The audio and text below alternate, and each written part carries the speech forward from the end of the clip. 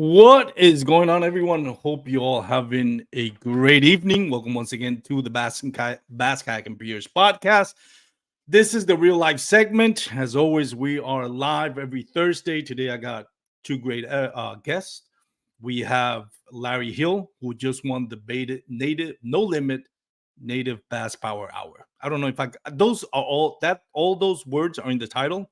I don't know if I got them on the correct order, but either ways, we got Larry here. We also have Marving Forte, who was the tournament director. This was the last event of the season. Um, and I know, being a tournament director, I don't know personally because I've never been one, but I know it's got to be not an easy job and a job that, like I was talking to Marvin and Larry, when everybody mentions your name, something is wrong. I always want to, every time I get the chance to bring this either local or national tournament directors that do such an amazing job to promote this tournaments that we all have so much fun, and there's so much money given out in prizes. It's every time I get the opportunity to have them on and congratulate them on their job and help them promote for next season and give them their dues, then definitely will do an effort for that. But anyways, recap for this season for this week. Today's November 2nd is actually my 10th year anniversary. If you're wondering why am I doing a live podcast on my 10th year anniversary, well, because we're gonna celebrate it tomorrow, and we just got back from Italy, which that's when we did our trip.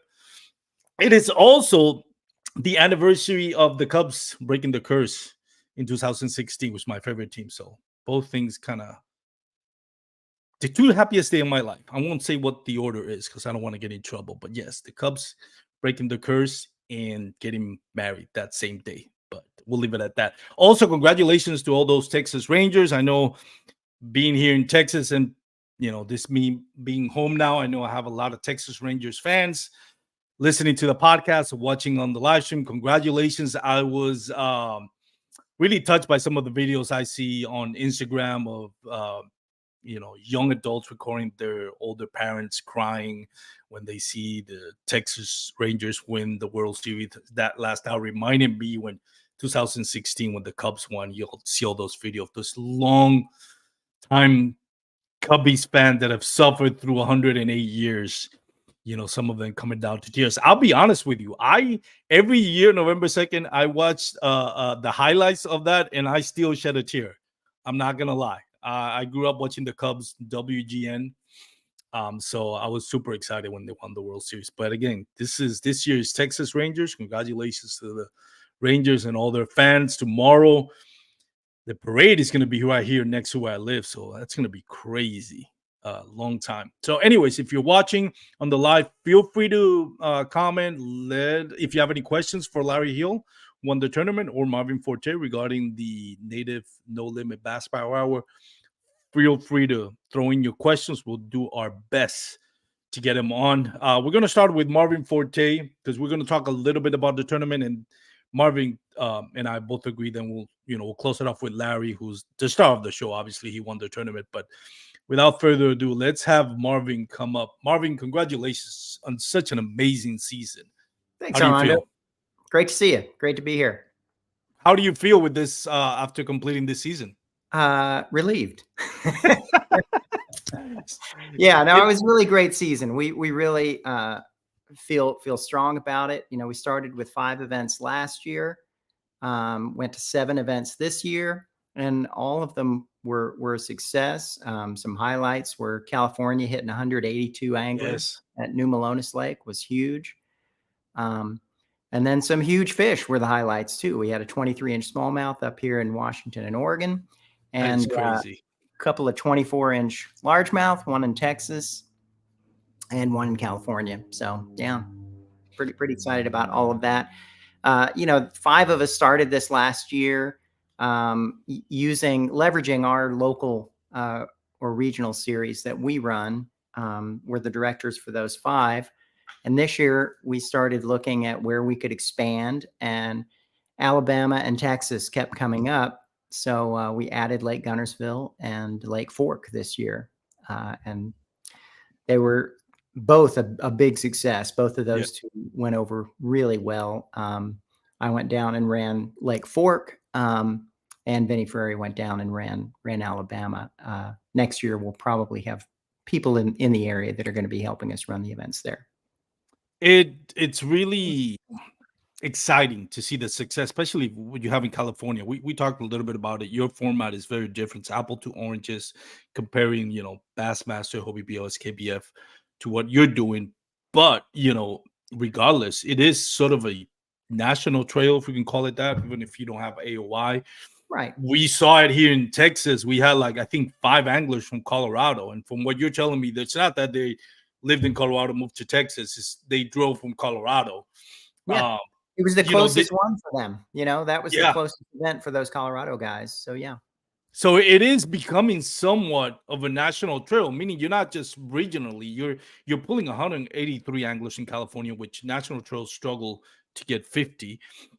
It I mean, the total on Washington, the Pacific Northwest, doesn't jump out of the page until you consider that. And I mean, the Pacific Northwest, and I had you on my podcast when I was in Paddle and Fin 3 years ago, talking about how that has blossomed into a smallmouth bass, big events, and a lot of smallmouth bass fishermen, in a place where traditionally it's like, I'm assuming, and I've never been there, I've never fished there, but I'm assuming it's salmon, trout, and but not really smallmouth or largemouth bass fishing. How have you Yeah, been we're able to definitely a corner that smaller market? percentage of the fishing community is more focused on salmon and steelhead. That's sort of where their focus is. But the Columbia River in particular is a world-class smallmouth fishery. A 23-inch smallmouth is a huge Yeah. smallmouth. I don't care where you go in the country, that's a giant smallmouth. So yeah, we've done really, really well up here. We don't have quite the population that some of the other areas do. The Southeast, the Northeast especially, are a lot more densely populated than up here. So we have to cover a little more ground to do our series, but we're growing. We're a little bit behind, but we're catching up. I would say that those numbers are probably, considering, like you say, the population and the bass fishing culture is still in its infancy in that area of the country.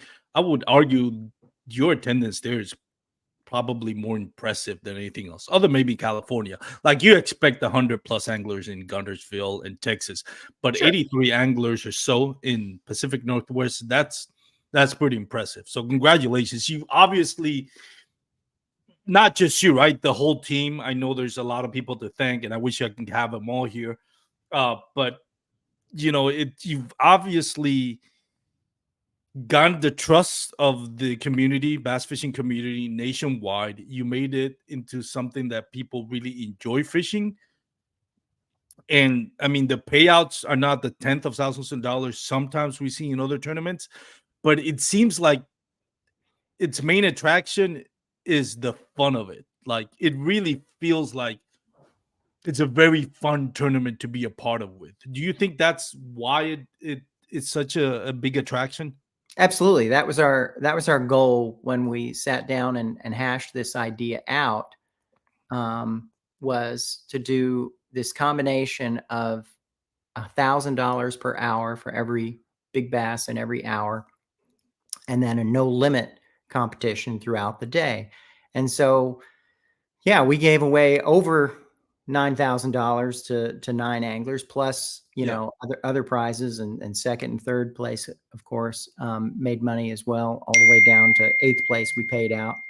Um, but yeah, it's the fun aspect is exactly what we were going for. That's why we kind of made it an open. And with this power hour thing, the Big Bass Power Hour, that really attracts the anglers who are maybe not as experienced, or maybe aren't common competitive tournament anglers, because going up against some of these hammers that fish tournaments all the time is kind of intimidating. To Yeah. try and go out there and catch a bag and beat those folks in a whole day, like, that's intimidating. I can see how somebody who hasn't fished a lot of tournaments might have a problem doing that, and might be worried about doing that.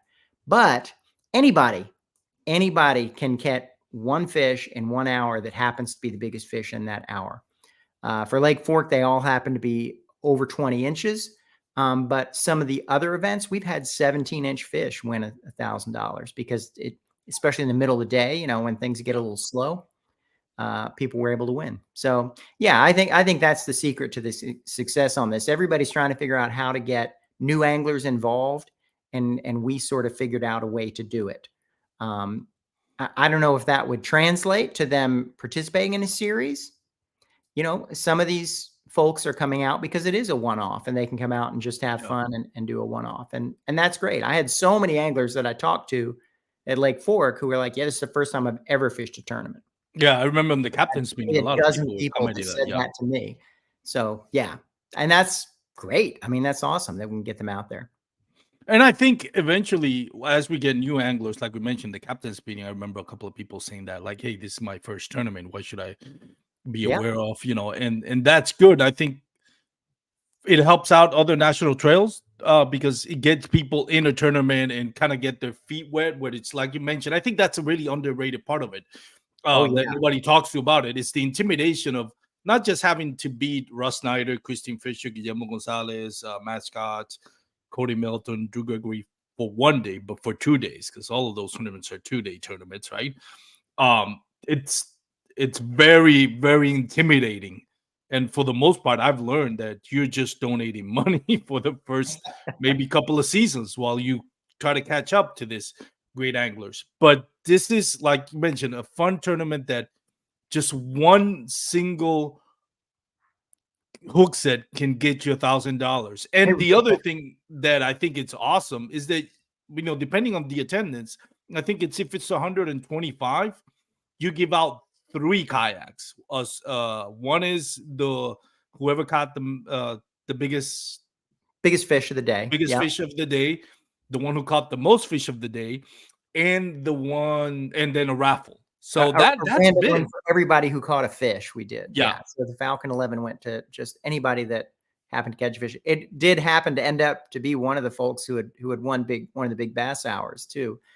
So good for him to do that. Yeah. But it could have been a lot of people because we had 77 people who caught at least one fish. Yeah. So that, again, props to you for putting this. And also the other thing is, this is $125 entry fee. It's lower than most. Yeah, sure. Half the price at least. Half of most. Yeah. The other thing that I wanted to mention, and I forgot to mention this on the intro, I do have to apologize to my listeners because last week when I was promoting this tournament for everybody sign up, I did get confused on the payouts, and I was mentioning the top 3 bass per hour get paid off. I think I got that from the tournament Chris Morales did earlier this year. It was similar format. So I apologize to my listeners. If anybody signed up based on what I said that the payouts were, I apologize. Thank you. Thanks for tricking them into coming and fishing with us. Appreciate it. But the whole concept, it was spot on. I just got a little sidetracked there with the payout. So I do apologize to my listeners for that. Before I bring Larry Hill in, I had a question that I wanted to ask you. And because I was just curious about this. So is it whoever caught the most amount of bass within the limit, or let's say somebody caught, in their big bass, in all the limit, caught 2 14-inchers, and the other one, second place, I guess, caught one less fish, but that fish ended up 24 inches, and therefore it's one less fish. I'm doing 5-year-old math here, but a longer inches in limits. We score it. There's a couple of questions about scoring that I can go over, and that's one of them. The no limit, the way that works, it's basically just like any other tournament that would have a 5-fish bag. It's the combined total of all your fish is your score. So it really doesn't matter how many fish. I mean, that does matter because obviously 3 dinks is going to beat one big fish any day of the week. But it is that total score. So if somebody caught 20 14s and another person caught 20, if somebody else caught 18 16s, then that person's going to win. Even though they had fewer fish, they're going to win because the total score is going to be higher. And so that's how the no limit works. And then the question we get the most often on the Big Bass Power Hour part of it is, how do you know in a tie, how do you know which one wins? And that goes to the angler that caught the fish earlier. We track, thanks to Tourney X and Dwayne Wally for customizing Tourney X specifically for our format. He wrote exceptions to the software that would allow us to do this. It tracks, two people catch a 24-inch fish in the same hour. Then we're going to look at it and see what time the photo was taken, and that's the one that's going to win in that hour. And we did have a couple of ties. That's interesting. Yeah, and I figured it was something like that based on the time when it's a tie. Another question that I wanted to ask you is, well, two more, and then we'll get to Larry Hill. Is like, with the success that you're having, where do you try to strike that balance between not changing it too much, but not letting it become stale? How do you all meet after the end of the season, all directors, and kind of think, hey, we can improve, and how to make sure it doesn't ruin the experience, Yeah, so to speak? that's great. It's a great question. We don't really plan on changing much. We think we've got the format pretty much like we want it to be. We might expand into some more areas, although we're very cautious about doing that, and we don't want to try and grow it too fast. And we don't want to grow it into areas that we don't have coverage, because this is run by the Native Watercraft Pro staff, really. That's who we are. And so we're cautious about that. The biggest change I'd say we'll try to do is go after more and more sponsorship, which will help us with payouts. It'll help us with giving more money away and more prizes away. We had 8 fantastic sponsors who supported us this year and supplemented that $1,000 big bass prize per hour with generally about $500 worth of credit or cash from those companies. And that's huge. I mean, that goes, then you're, instead of winning 1,000, you're winning 1,500, which is, yes, I forgot about that. Yeah, a lot of them, it's like, yeah, you get the check plus a $500 gift card from that's right, one of the sponsors. That's awesome. And last question, what can people expect, if you can give us a sneak peek about next season? Maybe not necessarily like anything, any news. What do you expect next season? What do you think we can expect as fans of this? We have been trying to schedule a meeting to really hash some of these questions out ourselves. So I don't have a lot of information to give you. I think we can be pretty safe in saying that the regions that we have fished have been successful, and there's a good chance that we'll be back in those regions. Not necessarily the same bodies of water, but in the same area. And then new places, I don't know. We haven't really talked about any new places besides Alabama and Texas, but we'll take it under consideration for sure. We wouldn't add more than 1 or 2 if we added any. I'm going to make a suggestion, and then if that actually you pick that link for whatever other reason other my suggestion, I'll still take credit. But I would love to see this tournament format at Caddo Lake. Nobody in Texas gave me any recommendations of where we should go next year. You're the only one. Caddo, that's it. I'm calling it. So I'll take all the credit. Now, I have had a lot of recommendations and take them all under consideration. But without further ado, let's bring the star of the night, Larry Hill. Larry, congratulations on a great tournament. How do you feel? I feel great, and I have a recommendation: Lake Forte next year. Yeah, you'd like to see it back at Forte. Well, that's not a surprise. Yeah, it is. I noticed. I saw a reel on social media with you and Jeff Malott. I'm assuming the KBN podcast. We talk about how Lake Forte sets up perfectly, other than the boat traffic, which we didn't have a lot because of the weather, but because of the slot tournaments, for boats, I think their slot is like 17 inches, where us catch and release, we don't have to worry about slots. So in that way, it does set up perfectly. Yeah. So Larry, again, congratulations. Let's talk a little bit about how you got this done, because you caught, like, on a day that I only caught 2 measurable fish, and I ended up 33rd of 124, I think. But you 127. Yeah. 127. You got, what was it? 11 fish, right? 11. Something like that. How were you able to find them and targeted them? I mean, every time I checked the board from starting around, I think the first time I checked the board was like 10:20ish when I caught my third fish. I could not believe that there weren't. I mean, that was 2 hours in, no, 3 hours in, and I couldn't believe that there weren't limits over 120 already. I could not believe it, because on an average tournament on Fork, by that time of the morning, there's somebody's posted 95, 98 Yeah. inches. I mean, it's not uncommon for there to be several guys in the 90s. So I knew something was up at that point. I just didn't know if people were, I'm new to the format. I don't know if people were busy catching and not posting fish. I try not to post too soon, but if I'm at a point where I'm about to pause and relocate, I'll go ahead and load some fish up. And that's pretty much what I did. I mean, I was kind of posting them as I went, because I was feeling my way back into an area that I wanted to actually stay for the day. And it was, you kind of mentioned earlier about this format and how it differs from a 5-fish format. And it took me most of the morning to shake that thought process of my best 5. And it's time to cull up. And I texted a few people, just got my 5th, just got a limit. And I'm like, wait a minute, there's no limit. So I'm still going. And, those 15s and 15 and a quarters and 16s really add up. You can get on a flurry.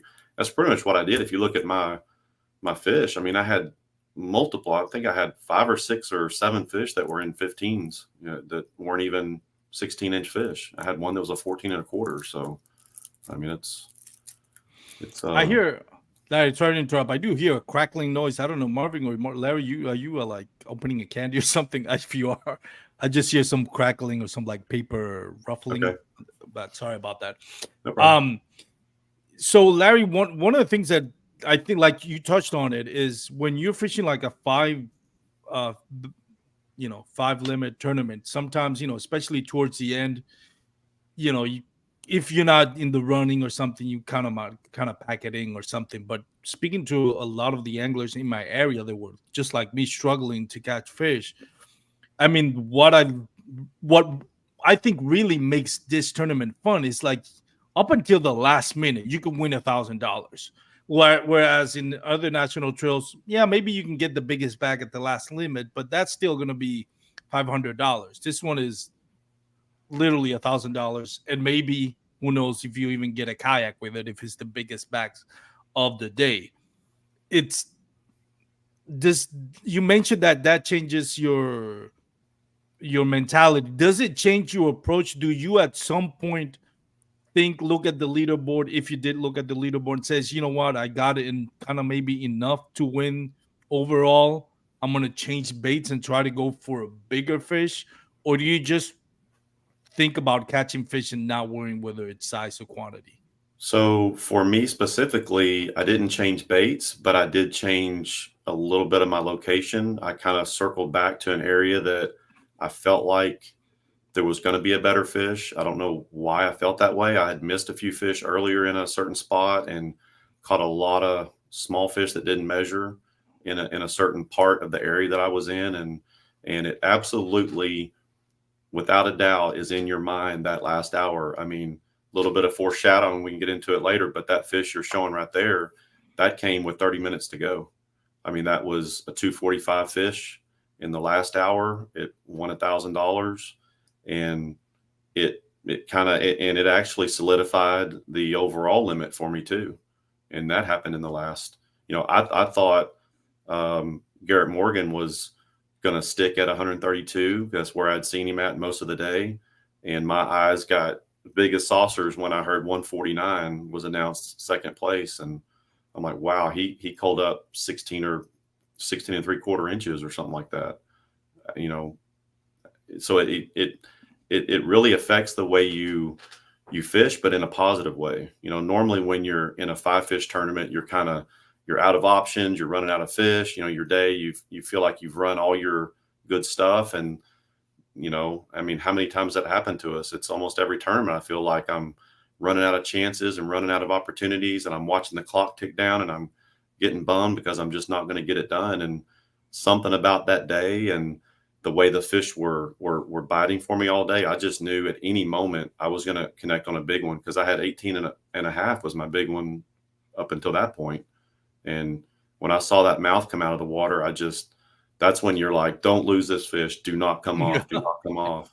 And I've got a picture that I share with friends. That fish was hooked so deep on a chatterbait. I've never seen a fish engulf a chatterbait that far. I mean, it was so far down in there, it was not coming out. And so once I saw that, then you're like, okay, I could have been more relaxed during that whole process, but it's $1,000 on the line. So that's huge. Yeah, no, definitely. It's hard to kind of like control the adrenaline when you hook into that big fish. Yeah, and I think you shared that picture with me on my Facebook page, and it was like that thing just completely choked on that bass. And one of the things that in what I was interested in talking a little bit more, Gary Morgan was like, like throwing it and just reeling it in like a speed demon. You mentioned you were doing it the opposite. You were doing it more Complete opposite. slow. Mhm.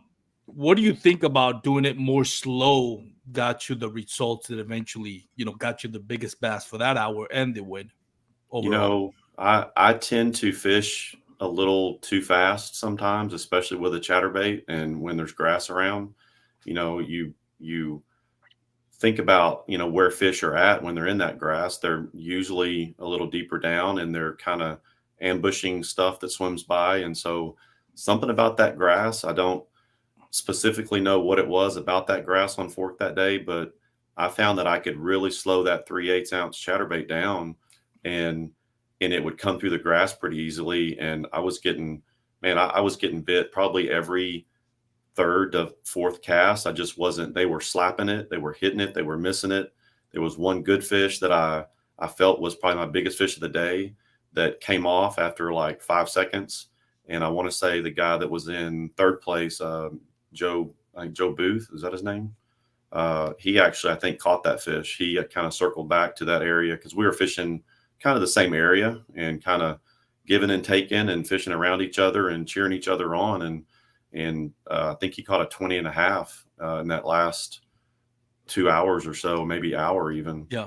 And I think that might have been a fish that I had lost, but yeah, and something else that I noticed throughout the day is I think I was the only one throwing a chatterbait back up in there. I couldn't really tell. Sometimes you try to look and see what people are throwing, and a lot of people were fishing slow. I don't know if they were fishing, Texas rigs or finesse type, stuff. I don't know, but I think I was the only one casting and winding and casting and winding. And I took a break midway in the day, like probably from like noon to 1:30 or so, and threw a wacky Cinco, and boy, I was wearing out those 8-inchers. I mean, I probably caught 10 fish that were 8 inches, and just every time one would come in, I just couldn't reel it fast enough to get it off there and throw it and go back in. So once I realized that I just wasn't going to do it, I think I caught one fish on a Cinco that was 15-ish, 15 and a quarter, something like that.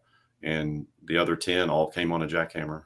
So we heard from some of the big bass winners that they were using chatterbait, but I think of the No Limit folks, you were the one. Yeah, I know Gary Morgan was the one burning the jackhammer. Matt Prentice, I think. By the way, we were talking about how one cast can get you $1,000. Case in point, Matt Prentice, the only maybe he caught smaller fish that weren't measurable, but the only scoreable fish, and it just happened to be the one that got him the biggest bass of the tournament. Not just the hour, but the tournament. A beast, 24 inches. Had it for those that are watching on YouTube or Facebook. Case in point, one cast, $1,000 plus he got a kayak, and also some like the gift cards that come with it, which I think is something like $500 in gift cards. So it's one cast literally got him like two, depending on the the price tag on that kayak, was definitely close to three, probably more than Four 3,000 grand. miles. He got about $4,000. Here you go. $4,000 worth. Yeah, he got And about. I believe he even said that was his PB. So I don't know if that was a tournament PB or kayak PB. I'm not sure, but that also goes to show you what could happen in one cast. Yep. So it's, you know, that, and that's, I think it's one of the biggest attraction. It's, again, any other national trail that would have been $500. This trail, it's a kayak, $1,000, and a $500 gift card, maybe, or something around that, depending on who's a sponsor. But Right. it's an amazing job, Marvin, that you've done with it, and I can't give you enough credit. You and the whole team. I know it's not just you, but everybody in Native that's been working through this tournament. Larry, when you compare this to a 5, you know, or other national trails, you know, do you like this format more? Is it? I know it was getting some used to.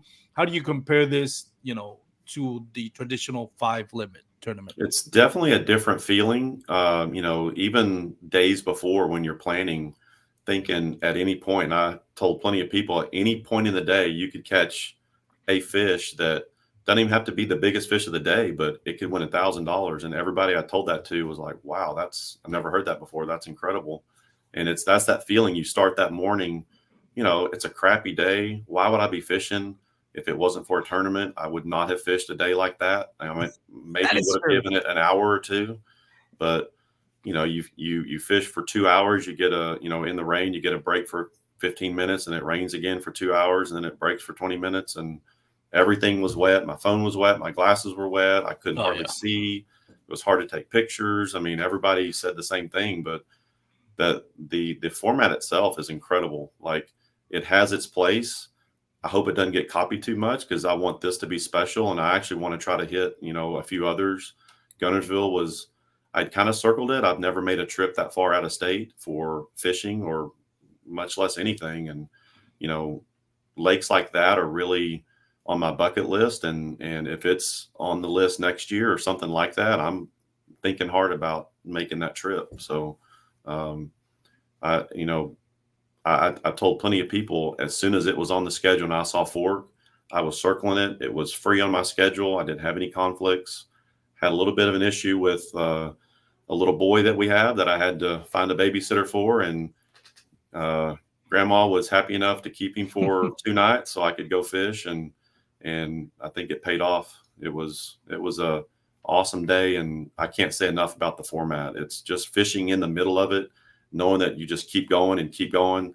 You know, I'm real particular about my day, you know, as far as my food intake and my water intake and the snacks that I take on the kayak, and forcing myself to take breaks and all that. I think I ate 2 bites of something all day because I didn't want to stop. Fishing was so good for me. I just didn't want to stop.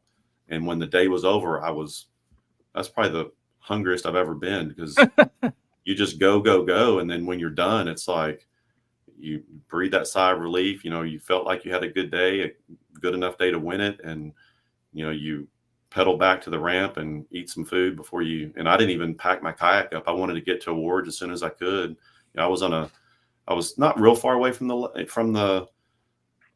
Lake Fork Marina. Is that where it was at? I was probably 30 minutes from it. So, you know, I wanted to pack up. I didn't even do a full pack up. I just put the rods in the truck and hauled ass over there just to make it in time, and ended up getting there pretty early. So, yeah. Overall, pretty incredible. Did you mentioned you needed a babysitter for 2 days? Where do you live, and did you have to drive far to get to Lake Fork? So I live in North Fort Worth. So anything east of Dallas is a little bit of a pain for me to get to, but it's where the best grass fishing is. And you know, this year Fork had grass. Last year it didn't. It was 6 foot low last year.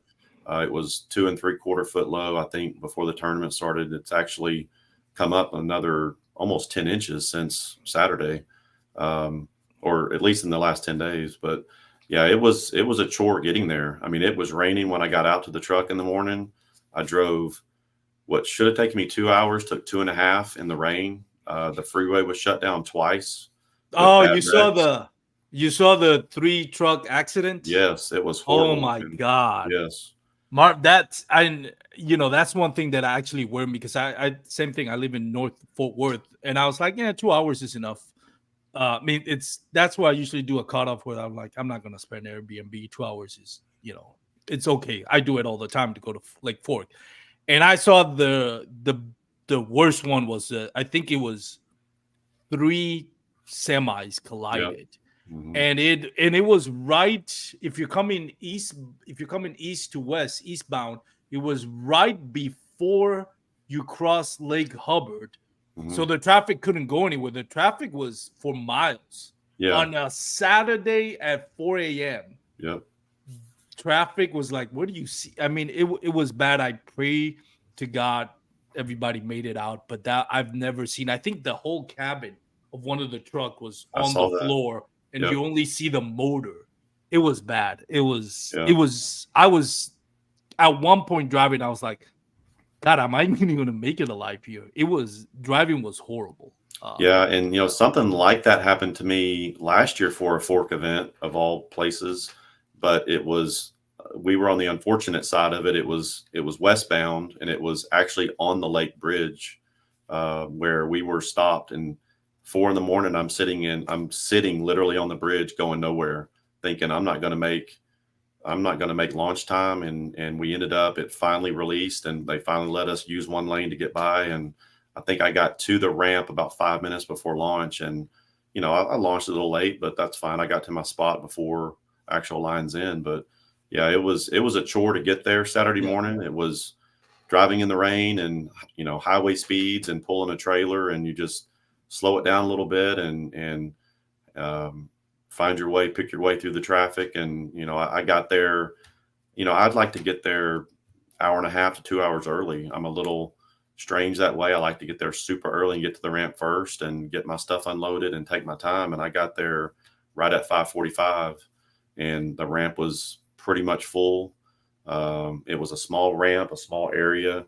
And I think there was probably a dozen or so of us that launched there. So it definitely made the morning interesting. But it was raining. People were kind of slow to get going. They weren't too worried about getting out there too fast. It's a stumpy lake. You didn't want to Yeah.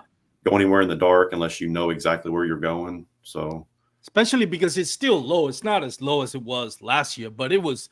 I going to my spot that I fished in other tournaments before. I was like, I thought I was further away from the stumps, and I wasn't. I was like, you know what? I am pedaling anymore. The next 15 minutes until lines in, I'm just gonna stay on this spot, wait till the sun comes out, and then figure out how I'm gonna get to my spot. But I'm gonna just cast here when lines in starts, because it was bad. I mean, and again, it wasn't as slow.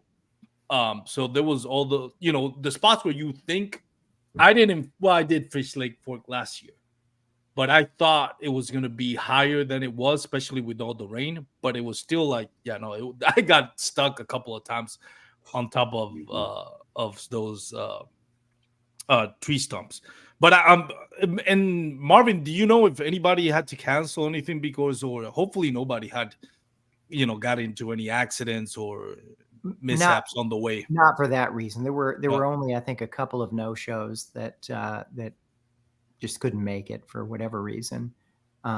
We did have a few people that got off the water early because of the conditions. They weren't doing that great, so they just got off the water. And we had quite a few people start late because of the rain was so bad at launch time.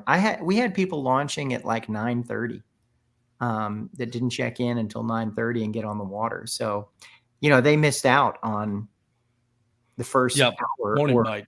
hour and a half of potentially catching big bass. But yeah, it was really tricky in the morning, and especially because even with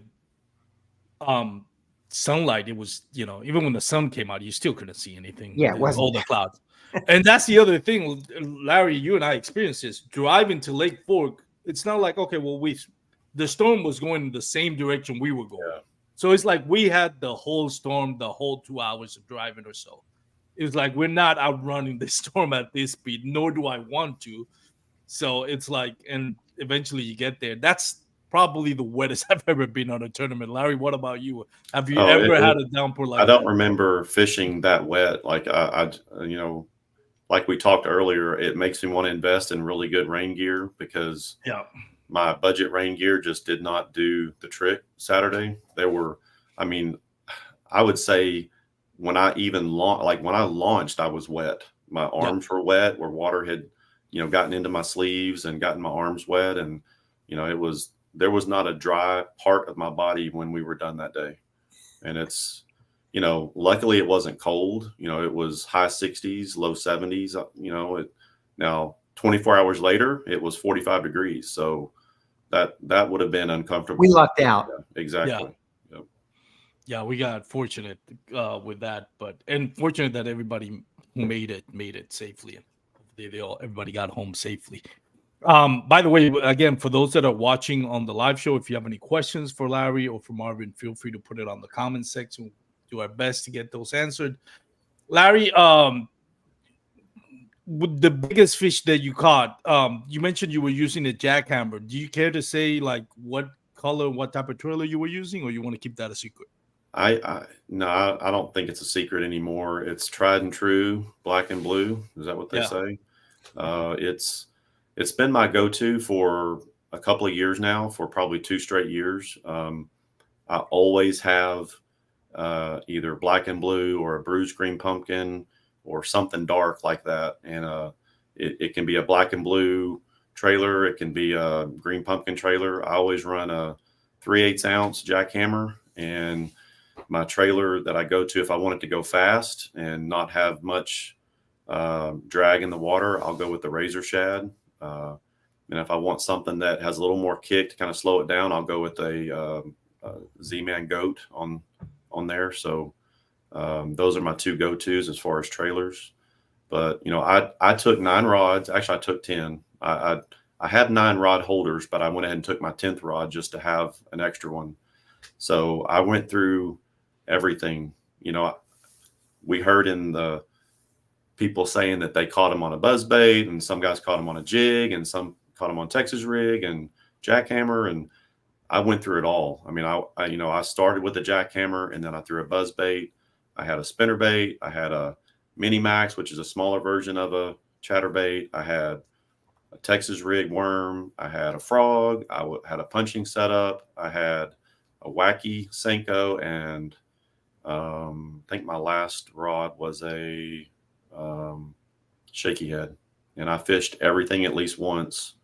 I thought I was going to be a square bill kind of day. That was another rod that I had, but I didn't get anything on a square bill. I know there were guys that that kind of specialize in that, and that's what they fished all day, and they caught fish all day on that. So mine was a jackhammer. It just happened to be the right situation. Once I found the grass flat that I had, marked on my phone 2 days before.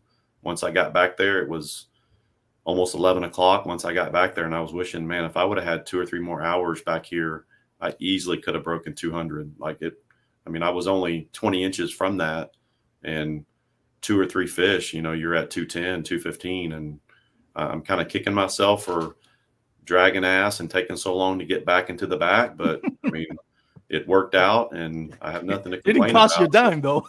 Yeah, thankfully. Exactly. Did you mentioned you marked it on your phone? Was that just you going on like Google Maps and searching, or you actually went pre-fished it and that's how you marked those spots? I've said before, and a lot of people that know me know this about me, I'm an aerial freak. Like, I love Google Earth, and I love going back in time. So, if you check a lake level and it's 3 foot low, go back to a year, you do your research and find when the lake was 3 foot low or 3 4, check whatever looks like it was that low and go back. And that's what's great about the pro version of Google Earth. You can go back and pick a date, and that's what I did for Fork. I went back and looked through the history and found what I thought, and then I talked to some people, had some intel, if you will, on how the grass was doing, and they were saying there's lots of grass, and there was. I found, I marked it. Back in February of last year, I fished this same area in the BASS 2-day event that was there. We had 39-degree water temp day 1 and about 42 day 2. And I caught a 23 and 23 1/4 in that area in those 2 days. And so that's where I started, and just going on history, had no reason not to. hoping that there would be something different, something shallow, something grassy, and started there, caught my 14 and a quarter in that exact spot. And I just felt like it just wasn't there. I wasn't getting the bites. I wasn't getting hits. I wasn't getting follows or anything. And so I just kept pushing my way back up the creek and got far enough back in there where my drop pin was. And as soon as I got there, I caught an 18 and a half and then a 15.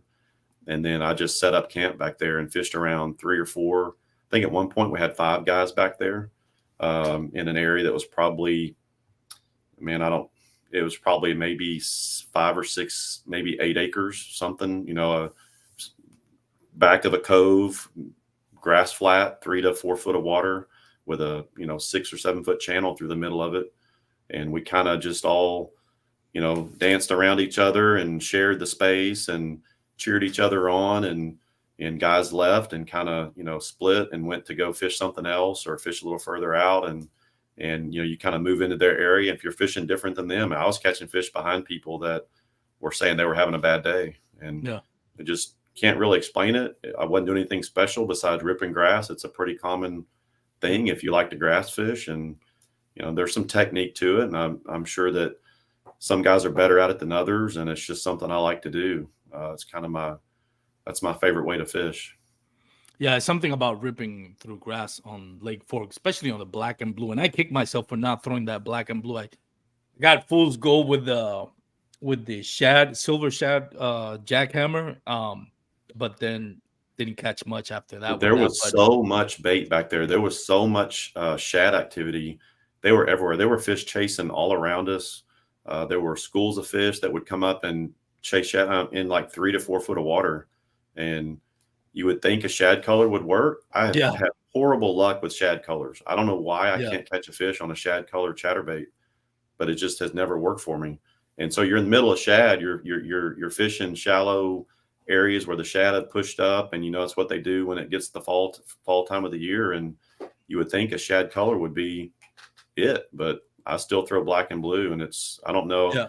I think my opinion is they don't really see it very well. They don't know what just went by, but they know that it had a shake that they like, and especially when it rips through the grass and it triggers that feeding response, or just that, I don't know what it is, but it just works. Yeah, it's interesting because there's always 2 schools of thought. Throw something different, match the hatch. And which one do you do? To me, it's always been like, when there's way too much bait fish, why would they go after your jackhammer? Because they're trying to get the schools, why would they get that shad imitation, I should say, not just jackhammer? Like if they're, it kind of makes sense. It doesn't at the same time to go with something different, but it does, because it's, if you're throwing something that matches the hat and the population of the bait fish is so great, chances are they're just going to stick with the bait fish. Well, if you throw something different, maybe that'll entice, I don't know, like, we all try to figure out how the bass think, and we always, at some point or another, get proven to be a fool trying to think like a fish. But it's interesting, right? I think one of the things that I think made, and, going back to what Garrett Morgan did, if you throw a shad color, I think you have to burn it. Yeah, I think that's the difference, because if a shad or any bait fish sees a bass, it's gonna beeline it to cover. And I think it's kind of like understanding, if your bait fish if your lure looks like a bait fish, what is a bait fish gonna do when it sees a predator? It's gonna swim as fast as it can, and that triggers the bite. If you have something like a black and blue, maybe it's something like that imitates maybe a crawfish, especially at this time of the season where they're not that red hue color, then a crawfish doesn't swim fast. It just swims a little bit slower. Obviously, it's a crawfish. But I think that may be a difference. But again, I'm no expert, and I will have to interview your bass at some point in the podcast and ask him what is it about the speed. It's interesting how you both were so successful. You, and speaking of Garrett Morgan, while throwing at, one was slowing it down and one was speeding it up. And I'm wondering now what Garrett Morgan, what color was. And, along with that, I don't know if it mattered or not. Looking back, it might have, but I actually fished my jackhammer Saturday a little different than I usually do. You know, you hear people tell you don't just reel it, like don't just reel it.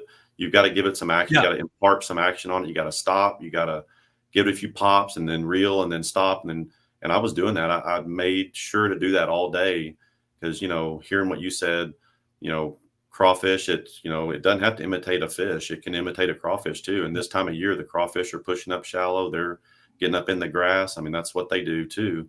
And giving it that extra added action and stopping and starting and stopping and starting and then going fast and then slowing down and then stopping and starting and ripping through grass.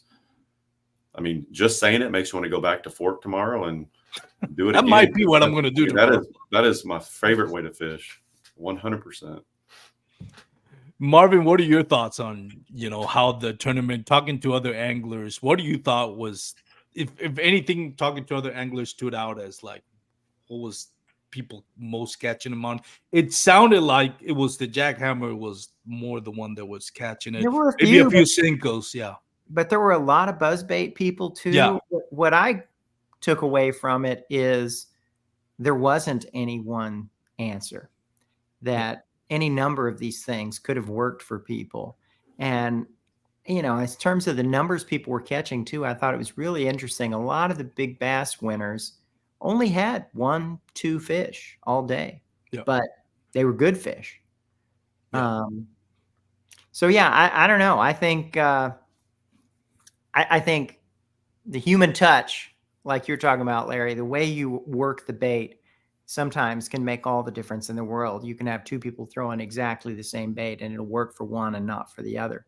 And what other tournament or tournament format can you fish 8 hours and catch one fish? So and win and take home a check. Matt Prentice, right? I mean, anybody you can catch the biggest bass of the day, and there's not a lot of tournaments that we fish on a regular basis that you can catch one fish and win $1,000. I mean, it doesn't happen, Yeah. And something that I'd like to add, before Marvin thinks too hard about the schedule next season, is Fork a little early in the year could even be better, because this time of year is really hard on Fork. I don't know if you know this or not, but the weekend before was the Berkeley Big Bass. I did. I think that's 3 days, 1,100 anglers, 400 to 500 boats. The lake gets pressured, and I want to say even a month or so, maybe 2 months earlier, was I think that was Sealy or one of the other ones. There were, there's 3 big bass tournaments that are multiple days with 1,000 anglers, from June to October, and the lake gets hammered. And so I don't know if that has any impact on the fish. It's a big lake. There's a lot of places for them to hide and a lot of fish that don't get touched. But I'm sure there's a lot of fish that are, they're not having it. They're not going to do it. So, maybe if you come back to North Texas and East Texas and come back earlier in the year, I mean, maybe you have a bigger turnout. Maybe you have more people. Maybe you have more fish. Like, who knows? It's tricky. We definitely don't want to conflict with other events if we don't have to. We did have a conflict for this one up in Lake the Ozarks up there. I saw that. And we probably would have had even more numbers if that hadn't been the people that were in between those two locations and chose one or the other. We might have had even higher numbers. So yeah, we try to avoid that, but that's tough. And I would also maybe suggest for those guys that, I don't know, catch their big fish in the last hour, maybe double, maybe have a double power hour, maybe $2,000 for that last hour. I don't know. We'll call it the Larry Hill Award. Yeah, exactly. The more money, the better, right? Yeah, Lake Fork is interesting. Like, best time is actually spring, but then every local basketball tournament, that's local basketball tournament knows that as well. Every crappie fisherman knows that as well. It's spawning season, you can get the biggest bass, but man, you have to deal with a lot of boat traffic. I think it was the second Bassmaster tournament that was on Lake Fork. I went on a Monday to pre-fish. Good Lord, they had a tournament on a Monday morning, a boat tournament. And the boat ramp was full of boats. I'm thinking, it's a Monday. It's not even a holiday. It's not even a long weekend. I talked to some anglers. Yeah, we have boat anglers that won the water. It's like, yeah, we have a boat tournament. Like, good Lord, on a Monday. It's it's hard. Same numbers. It's kind of like pick your poison with Lake Fork in that aspect, Yeah. But competition for the lake. Yeah. But it's definitely a world-class fishery. That suits kayak anglers. So whatever lake you pick in Texas, honestly, Marvin, it's awesome. But it's really a great tournament. And before I let you guys go, and again, thank you so much for your time, Marvin. I wanted to give you a few minutes, and then we'll go to Larry. But I know there's a lot of people that work behind the scenes that are not here on the podcast that make this successful, and a lot of companies that sponsor it. So if you want to take a few minutes to thank any individuals or companies, go right ahead. Yeah, absolutely. First, the other directors that work with me, I'd like to thank, the folks who worked with me to come up with this concept. Vinny Ferreri, Will Benini, Chris Cantwell, and Marv Goda. Who would have figured out of 5 guys you'd have 2 Marvins, but we did. And then Jason Zulli, who works with Pro Staff, he helped us as well. And then our 8 sponsors for the Hourly Big Bass. We had Huck Performance Fishing, Yak Attack, Bending Branches, NRS, Yakima, Dakota Lithium, Rapala VMC, and Boggs Footwear. And I've got a big box of Boggs footwear waiting for me when I get home tonight. Awesome. There you go. Love to hear that. And Larry, what about you? Anybody you want to thank? Sponsors, companies, families? Well, I don't have any sponsors. I'm sponsorless.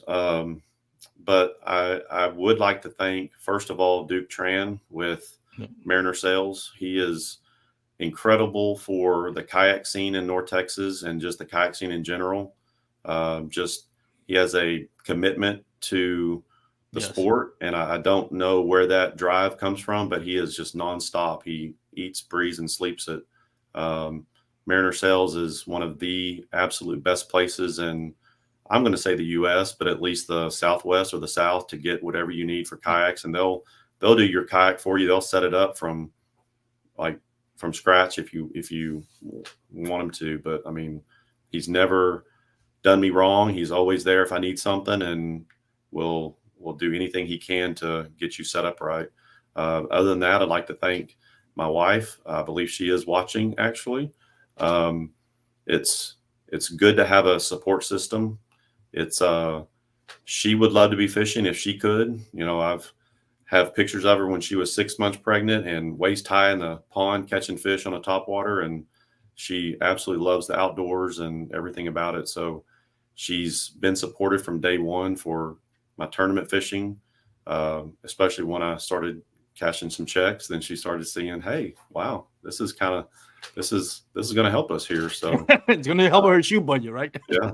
Yeah. And I mean, I've got a pretty good support system at work, friends and coworkers that want that, leaderboard link so they can follow along throughout the day. I had guys on Saturday texting me and keep going, keep going, keep catching, don't quit, that kind of thing. So it's really fun when other people are engaged in what you're doing. So, and then, I would like to thank people like Marvin for their commitment to stuff like this and everything they do behind the scenes to bring these tournaments, because it was a blast, and I'm already going to pencil in next October for something. And if it moves around, I'll try to my best to make it. And Larry, what else? I mean, you mentioned you fish. I'm sure this is not the first tournament. This is the best you've done in a tournament. And what tournaments are you looking forward fish next season? Well, so just briefly, I would say this is probably my biggest win as far as, the people from, where everybody came from, and, some of the states that were represent. I don't know how many states. I didn't count them, probably 5 or 6. About a half dozen. Yeah. Wow. And so that part makes it kind of special for me. I started kayak fishing in 2021. That was my first full year. And kayak tournament fishing. I didn't win a tournament in 2021. I won 3 in 2022. I won 2 classics, including the North Texas Classic. So that was kind of my my high point. This year's been a little more of a struggle. I did win a tournament in March on Lake of the Pines.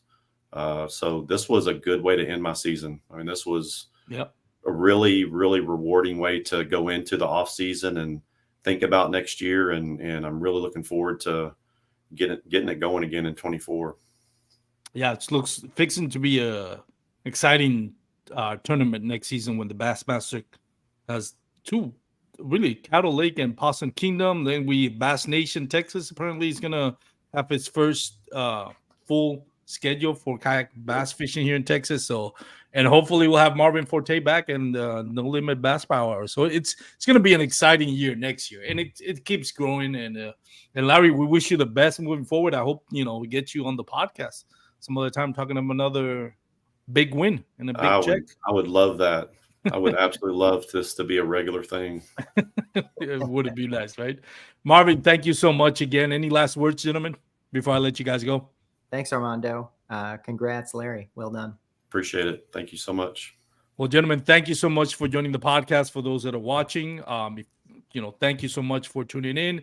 This has been the Real Life on the Bass Kayak and Beers podcast. If you do happen to listen on our MP3 format, Apple Podcasts or Spotify, leave us your 5-star review. Leave us a comment in the review section. We'll relay it on the next week's podcast. So again, thank you for your support. If you're going to be on the water, please wear your PFDs. Have a great night, everyone. Peace out.